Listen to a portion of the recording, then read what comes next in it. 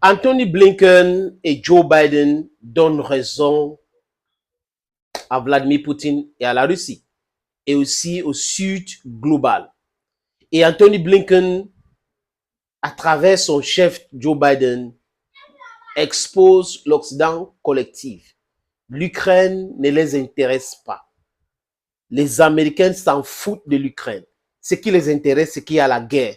Et quand il y a la guerre, ça profite aux Américains. Les amis, je vous suggère d'écouter ces petits éléments au début. Vous allez écouter les propos scandaleux d'Anthony Blinken et la suite concernant les différentes guerres que les Américains amènent dans le monde juste pour mentir que c'est pour la promotion de la démocratie, alors que c'est pour le complexe militaro-industriel américain. On écoute. Si vous regardez les investissements que nous avons faits dans la défense de l'Ukraine, pour faire face à cette agression, 90% de l'aide à la sécurité que nous avons fournie a été dépensée ici, aux États-Unis, avec nos fabricants, avec notre production. Et cela a produit plus d'emplois américains, plus de croissance dans notre propre économie. Il s'agit donc d'un processus gagnant-gagnant que nous devons poursuivre. Attention au complexe militaro-américain qui pourrait vous réserver les plus pires surprises. C'étaient les paroles du président américain Eisenhower dans son dernier discours. Le président Eisenhower était conscient du danger que représentait l'industrie militaire américaine au monde. Aussitôt après la Deuxième Guerre mondiale, les Américains ont commencé des guerres soi-disant défendre la démocratie, mais en réalité c'était des guerres pour conserver leur hégémonie et tourner leur industrie militaire. Depuis la Deuxième Guerre mondiale, les Américains ont fait au moins 50 guerres. Ils se sont déclarés gendarmes du monde et se sont mêlés des affaires internes de beaucoup de pays. Partout où les Américains ont passé, c'est le chaos et la désolation qui restent.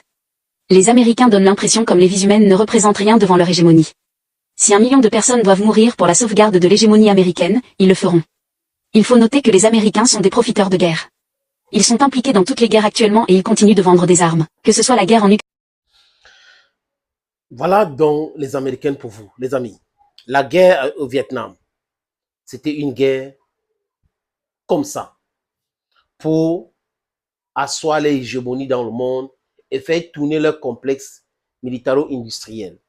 La guerre en Afghanistan, c'est du mensonge pur. Tout ça, c'est le travail aussi de George Walker Bush Jr., qui n'a jamais été inquiété. Avec Tony Blair, voilà des criminels de guerre qui se baladent partout, dans les conférences partout. La guerre en Libye, c'est aussi une guerre criminelle. Parce qu'on a assassiné Muammar Gaddafi qui n'a jamais rien demandé à quelqu'un. Les Libyens n'avaient jamais rien demandé à Nicolas Sarkozy. Voilà donc des criminels qui se baladent partout. C'est-à-dire qu'aux yeux de droit, ce sont des criminels. Mais aux yeux de l'Occident collectif, ce sont des héros. Parce qu'ils étaient là pour maintenir l'hégémonie. Donc, on peut tuer autant de personnes qu'on veut, les amis. Si ça aide à maintenir la puissance de ces gens-là qui ont colonisé, esclavagé les gens, il n'y a pas de problème. Mais si vous tentez la même chose comme eux, c'est fini pour vous. Donc, les Américains amènent des guerres dans le monde dans le but de maintenir leur hégémonie, dans le but de protéger leur dollar, dans le but de faire taire les autres qui veulent essayer de sortir la tête du lot, comme les Chinois et des Russes. Ça veut dire qu'ils envoient le message, nous sommes puissants, on peut vous faire mal. Donc, faites attention à nous, faites attention à nous. Mais à force de faire tout cela, les amis, les paradigmes changent, le monde bouge, les choses évoluent.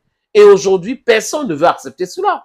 Donc, les gens ont commencé à refuser les différents blocs créés par l'Occident au soir de la Deuxième Guerre mondiale. Parce que l'Occident, les amis, a dû faire des guerres brutales.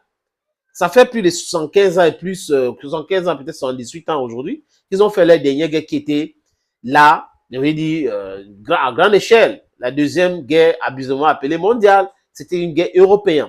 Donc, l'Europe a toujours été un continent brutal. Et les Américains maintenant utilisent l'Europe pour asseoir l'hégémonie parce que l'Europe a peur, parapluie américaine, ceci et cela.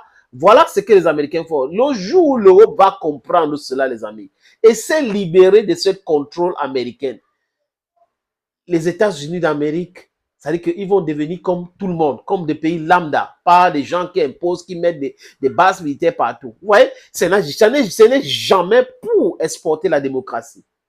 Je répète, les amis, les Américains ne font pas les guerres pour exporter la démocratie. La démocratie en Ukraine ne les intéresse pas. Vous voyez, est-ce qu'il y a eu l'élection Est-ce que Zelensky n'emprisonne pas les gens de façon arbitraire? Il le fait. Est-ce que les Américains condamnent? Est-ce que les ONG américano-otaniennes condamnent? Jamais. Donc, c'est comme ça, business as usual. 25 000 personnes ont été arrêtées et inquiétées pour certains qui ne sont pas pour la guerre, qui sont pour les négociations. Et pendant ce temps, il y a l'abus total dans ce pays. Ils ne parlent pas. Donc, c'est faux de dire que la guerre en Ukraine, c'est pour protéger la démocratie. Il n'y a pas la démocratie en Ukraine. Ça n'existe pas. Donc, si vous regardez les différentes guerres que les États-Unis ont menées dans le monde, allons en Irak, ils ont exporté quelle démocratie? Rien du tout. Allons en Afghanistan, ça s'est passé comment? Les Américains sont arrivés en Irak, par exemple. C'est les sunnites qui étaient au pouvoir, Saddam Hussein.